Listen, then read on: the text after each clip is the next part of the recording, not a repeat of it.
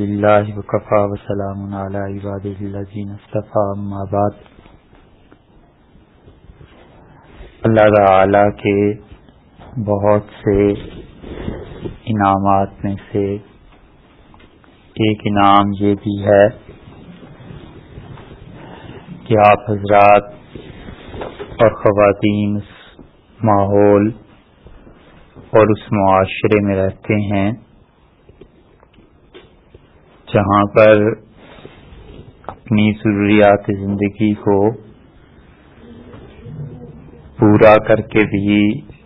بہت سا وقت ایسا مل جاتا ہے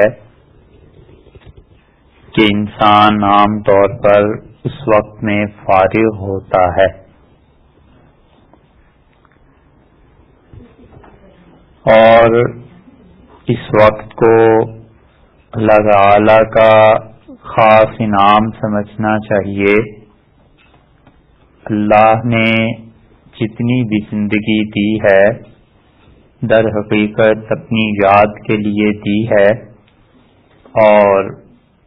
اس زندگی کا اصل مقصد یہ ہے کہ جتنا بھی وقت اور جتنی بھی صلاحیتیں مل جائیں وہ اللہ کی یاد میں استعمال کی جائیں۔ تو گھر کے کام کاج سے، اپنے بچوں کی تعلیم اور تربیت سے اور ان چیزوں سے فارغ ہو کر جتنا وقت مل جائے، اصل کام یہ ہے کہ اللہ کو یاد کرتی رہیے، اور یہ گھر کا کام کاج بھی، اپنے بچوں کی دیکھ بھال بھی، اپنے مہمانوں کی خبرگیری بھی، یہ سب کی سب بھی نیکیاں بن جاتی ہیں جب انسان کی نیت درست ہو اور پتہ ہو کہ یہ کام اللہ کے لیے کیے جا رہے ہیں۔ مثلا اپنے گھر میں صفائی رکھنا کہ اللہ تعالی کو صفائی پسند ہے، اور اسی طرح اپنے بچوں کی تربیت کہ اللہ نے یہ میری ذمہ داری عائد کی ہے، اپنے گھر آنے والوں کی عزت، احترام اور ان کو تکلیف نہ پہنچانا کہ اللہ تعالی نے ان چیزوں کا حکم دیا ہے، یہ بھی عبادت ہی کے درجے میں آ جاتی ہیں جب انسان کی نیت درست ہو۔ اور ان سارے کاموں سے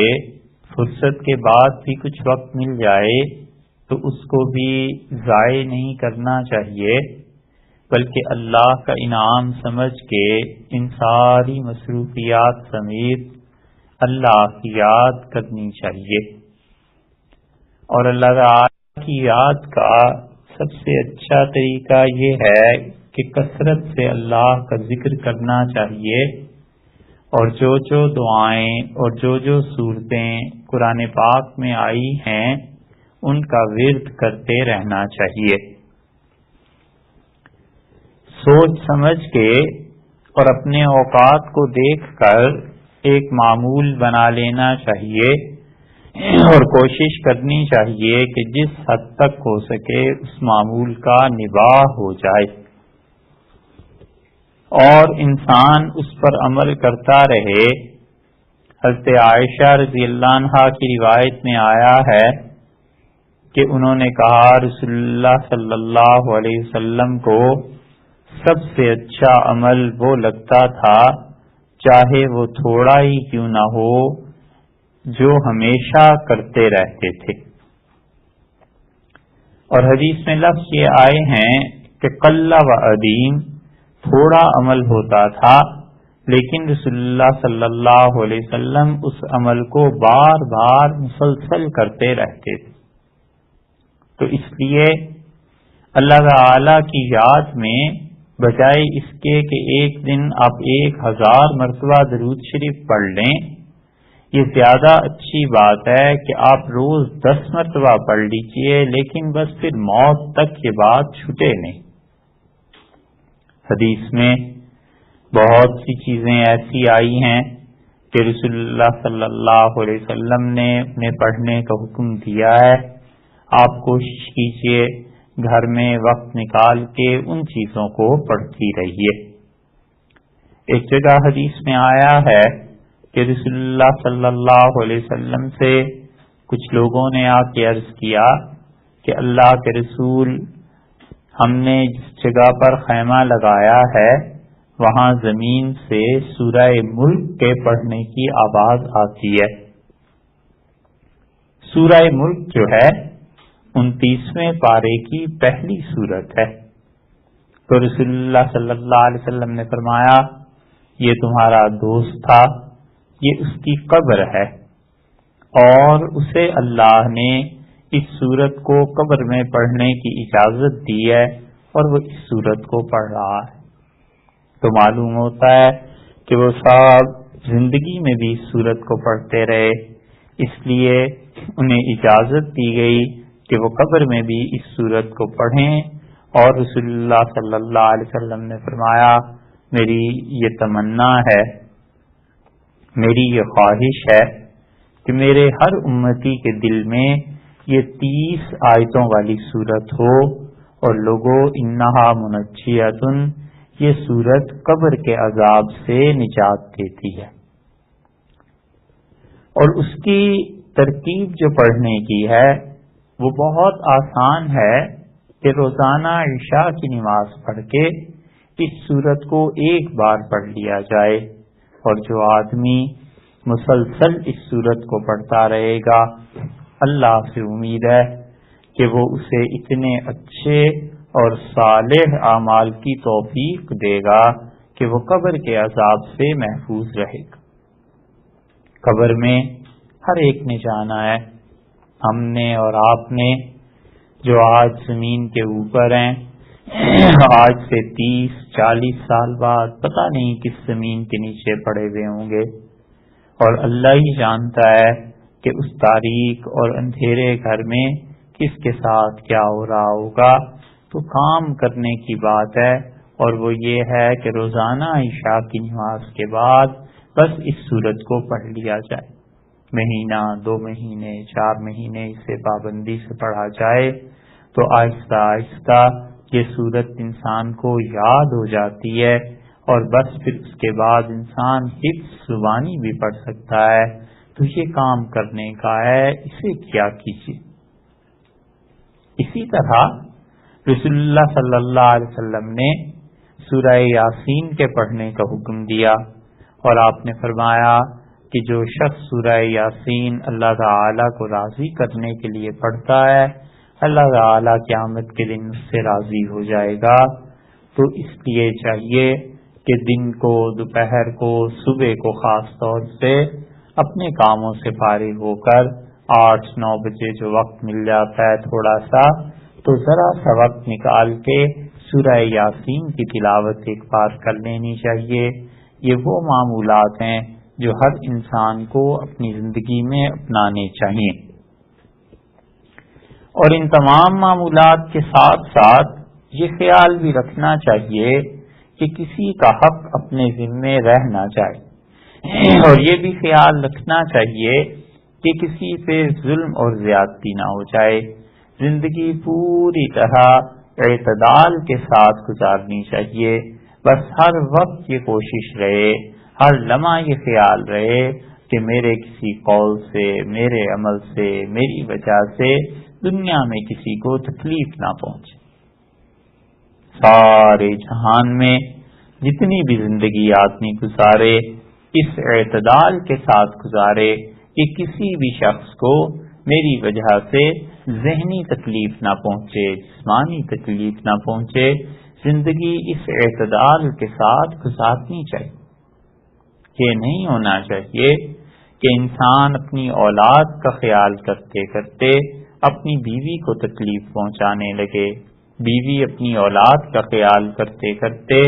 اپنے شوہر کو دکھ اور تکلیف دینے لگے، اور شوہر اپنی بیوی کا خیال کرتے کرتے ماں باپ کو تکلیف دینے لگے، اور ماں باپ اپنے بیٹے کا خیال کرتے کرتے بہو کو تکلیف دینے لگیں۔ ان سارے رشتوں میں اور اس کے علاوہ بھی جتنی اللہ کی مخلوق ہے سب کے متعلق کوشش یہ ہونی چاہیے کہ ہمارے شر سے، ہماری زیادتی سے، ہماری وجہ سے کسی کو تکلیف نہ پہنچے اور لوگ محفوظ رہیں، وگرنہ یہ جتنی نیکیاں ہم کرتے ہیں اگر اللہ کے یہاں قبول ہو گئیں تو یہ نیکیاں دوسروں کے کھاتوں میں چلی جائیں گی۔ زندگی بھر نماز پڑھتا رہے، قربانی کرتا رہے، روزے رکھتا رہے، حج اور زکوٰۃ کی پابندی کرتا رہے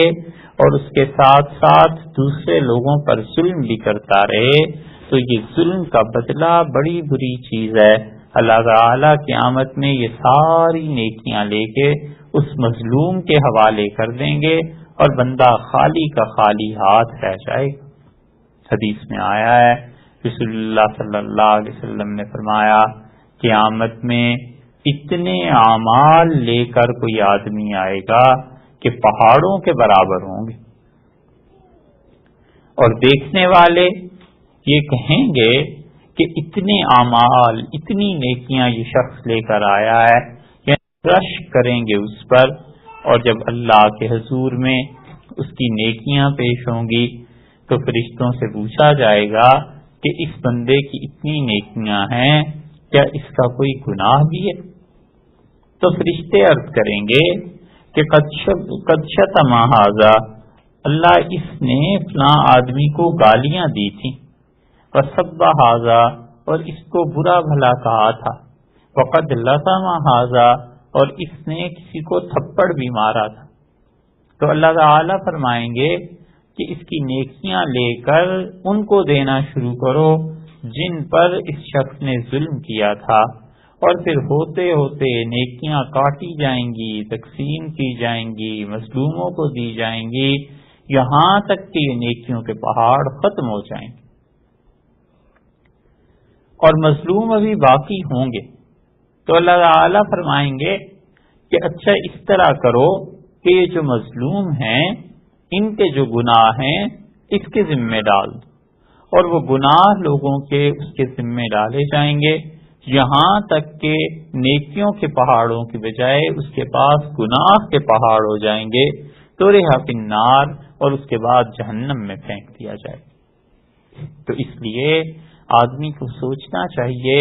کہ نیکیاں اور اللہ کی یاد اور یہ سب چیزیں اس کے ساتھ ساتھ کہیں ایسے نہ ہو جائے کہ کوئی ظلم ہو جائے، کہیں نہ ایسے ہو جائے کہ انسان کی وجہ سے کسی کا دل دکھے، کسی کو تکلیف پہنچے، کسی کا حق اپنے ذمہ باقی رہ جائے، تو قیامت میں اللہ کے ہاں یہ حقوق جو ہیں اس کی ادائیگی بڑا مشکل مسئلہ پیش آ جائے گا۔ دنیا میں انسان فکر نہیں کرتا، سوچتا نہیں، لیکن موت سے پہلے پہلے اللہ نے یہ جو زندگی دی ہے سوچنے کے قابل ہی ہے۔